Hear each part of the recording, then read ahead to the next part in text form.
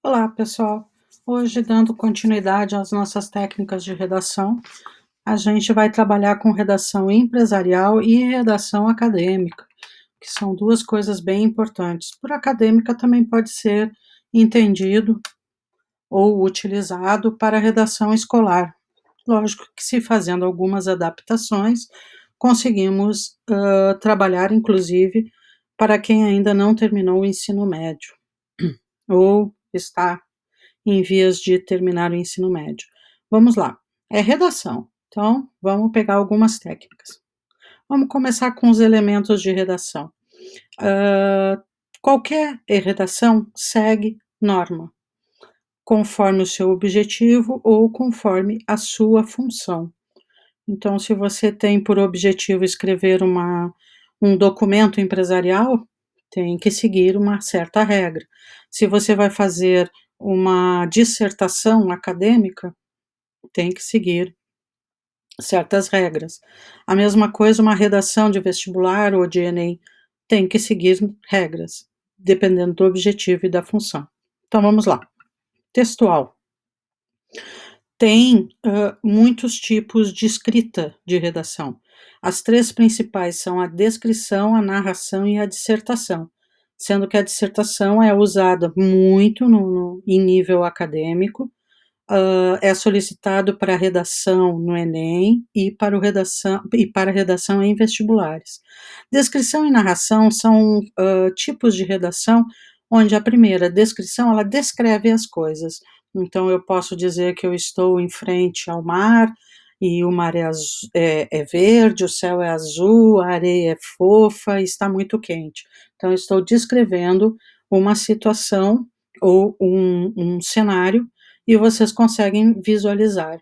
Quando eu narro, como agora, por exemplo, eu estou narrando para vocês a aula de técnicas de redação, mas ao mesmo tempo estou criando um texto para eu, enquanto narrador, mostrar para vocês todos os conteúdos possíveis de serem aprendidos dentro desse tipo de redação empresarial, no caso, né?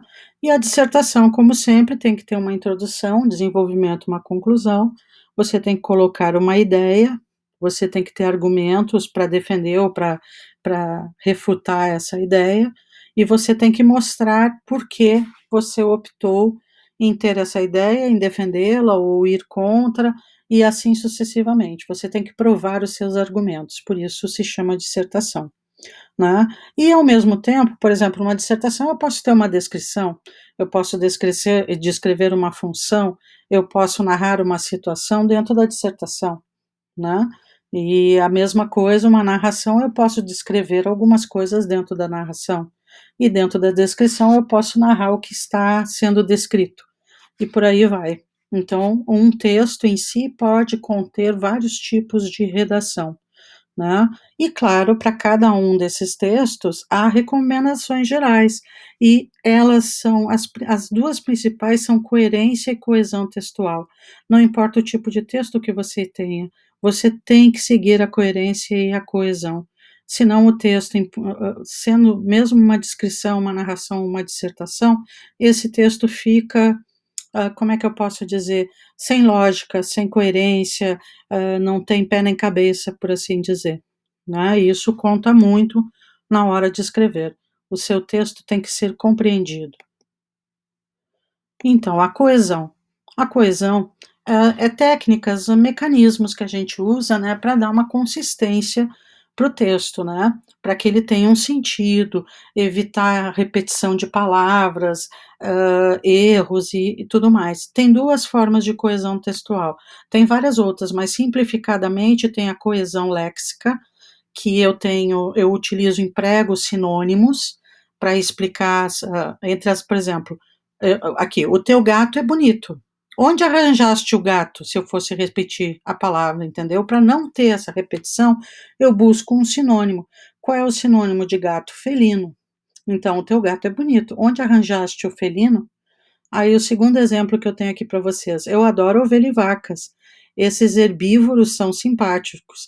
Para não ter que dizer estas ovelhas e essas vacas são simpáticas, eu digo esses herbívoros. Herbívoros são animais que só pastam, né, no caso, ovelhas e vacas. Então a gente busca uma conexão ou uma coesão léxica, ou seja, de termos sinônimos que possam ajudar a compreender sem precisar repetir a palavra. E por último, a gente tem a coesão gramatical, que tem tudo a ver com concordância, regência nominal, regência verbal, e a gente emprega daí elementos gramaticais, artigo, pronome, adjetivo, advérbio, e por aí vai. Então, ela é uma menina adorável. Nós estamos em casa, são esses exemplos. João e Maria casaram, eles são pais de Ana e Beto. Então, ela é uma menina. Se eu dissesse ela é um menino adorável, eu estaria fazendo o quê? Sem coesão gramatical. Por quê? Porque eu tenho que fazer uma concordância de gênero aqui. Eu falei ela, usei um pronome pessoal, portanto, eu tenho que, feminino, eu tenho que usar termos femininos para fazer a coesão. Nós estamos em casa. Não tem como eu dizer eu estamos em casa. Isso significa que eu tenho que fazer a concordância de acordo com, novamente, os pronomes. Verbal, no caso aqui. Então, nós estamos em casa. João e Maria casaram. Beleza. Eles são pais de Ana e Beto. João e Maria são pais de Ana e Beto. Não preciso, então eu só uso um pronome aqui, pessoal, novamente, para fazer a coesão gramatical e evita a repetição dos termos, certo? Então, cuidem a concordância verbal e nominal, a regência também, né? E cuidem para não ficar repetindo os termos. Utilizem da gramática para poder se fazer entender. E conectivos, gente, o que são conectivos? Conectivos é aquilo que conecta, então são pedacinhos, imagine como um quebra-cabeça bem pequenininho. Então quando você, encaixa o quebra-cabeça, o que que você tem? Um texto coeso e bem estruturado. Você visualiza o todo, enquanto os conectivos são pequenos pedaços de palavras, ou pequenas palavras, né, e que nós utilizamos para dar ordem e coerência ao nosso texto. A coerência. Quantas pessoas muitas vezes não disseram: eu não sou coerente. Eu sou incoerente", né. Então, isso também funciona na parte textual. Então eu tenho que ligar as partes do texto e para formar um todo, né, e que não tenha contradição. Então, toda vez que eu disser no início do texto, vou falar de bananas e terminar o texto falando de abacaxis, evidentemente que o meu texto vai perder toda a credibilidade. Então, tem que ficar atento aos detalhes, tudo que você coloca no início da redação e depois desenvolve, tem que fechar na conclusão, né? Para que a história não fique, por exemplo, o seu texto não fique mal contado ou mal explicado. Um exemplo. Fui ao médico e ele me recomendou repouso e uma alimentação mais saudável, porque eu não estou doente. Hello? E aí? Como a gente faz isso? Então, para que que ele me recomendou repouso e alimentação saudável? Por quê? Porque o conectivo, nesse caso, porque foi mal utilizado. Fui ao médico e ele me recomendou repouso e uma alimentação mais saudável, apesar de eu não estar doente. Então, vejo que entre o porquê e o apesar é mais certo, mais correto e que dá coerência e coesão, principalmente coerência ao que você escreveu, são os termos que vocês usam, os famosos conectivos que a gente falou ali adiante. Vamos indo.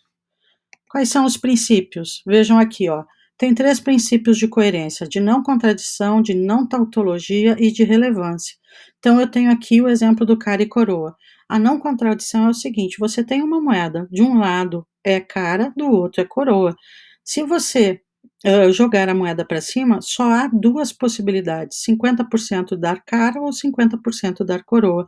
As 2 ao mesmo tempo você não consegue, então não há contradição aqui. Então o princípio do cara e coroa tem que ser também o princípio da não contradição textual, ou seja, você não pode dizer que uma coisa funciona e logo dizer que ela não funciona e utilizar as 2 para desenvolver seu texto. Uma das 2 coisas você vai ter que fazer. Ou quando escolhe um tema: isso é bom por isso, por isso, por isso, por isso, por isso, mas lá no meio assim: mas não é tão bom assim. Essa contradição não pode existir no seu texto. A tautologia significa vício de linguagem, onde você repete as palavras do texto, repete as ideias no texto, mas só muda as palavras. Sabe quando a gente faz aquele resumo e muda um pouco as palavras? É parecido, porém, você está mudando tudo. Eu tenho um texto, né? E eu quero utilizar esse texto para escrever que vovô viu a uva. A uva foi vista por vovô. Não tem como a uva ser vista pelo vovô, já está aí uma contradição. E você está repetindo ideias? Possivelmente. Aí você muda as palavras. Um senhor de idade viu uma fruta semelhante àquela que produz, que cria o vinho, por exemplo. Aí o vovô viu a uva, gente, dá na mesma coisa. Então você está repetindo as ideias, coloca a ideia no primeiro parágrafo, no segundo parágrafo coloca a mesma ideia com outras palavras. E isso aí é um princípio de incoerência, portanto não pode ser utilizado na redação. A relevância é que quando você escreve sobre algo, tente limitar seu tema. Porque quando o texto é muito fragmentado, onde ele tem vários assuntos, ele expõe várias ideias, elas podem até ter alguma ligação entre si de forma individual, mas elas não conseguem ficar coerentes. Então, no frigir dos ovos, vocês entendem algumas frases, porque elas possuem uma coerência individual, mas no todo, no parágrafo ou no texto inteiro, não. Certo? Então, vamos lá. Deixa eu seguir aqui o baile. Produção textual. Então, gente, todo texto, como eu falei ali no início, tem início, meio e fim. Então, pode ser uma narração, uma dissertação ou uma descrição. Não importa. Tem que ter desenvolvimento, introdução, desenvolvimento e conclusão. O que é a introdução? É feita apenas normalmente de um parágrafo, né? Inclusive para documentos empresariais, quando a gente for estudar mais adiante, onde você ali expõe todas as suas ideias, o seu ponto de vista e depois vai discorrer. E aqui eu tenho algumas expressões para começar uma introdução. Então, por exemplo, é de conhecimento geral, que todos sabem que no nosso país há tempos, observa. Isso são inícios de expressões para se iniciar, por exemplo, para se começar uma redação com introdução. O desenvolvimento é quando você pega aquela sua ideia e começa a trabalhar aquele parágrafo inicial e apresenta, desenvolve essa ideia de várias formas. Eu posso enumerar, posso botar causa e consequência, posso dar exemplo, posso confrontar a ideia, posso botar ela em termos históricos, usar dados estatísticos, citação, e aqui tem alguns modelos de início de desenvolvimento. Pode-se mencionar, por exemplo, que no caso acima, em consequência disso, por outro lado, então, quanto ao primeiro item, finalmente, no que diz respeito, dão coerência e coesão ao texto no desenvolvimento.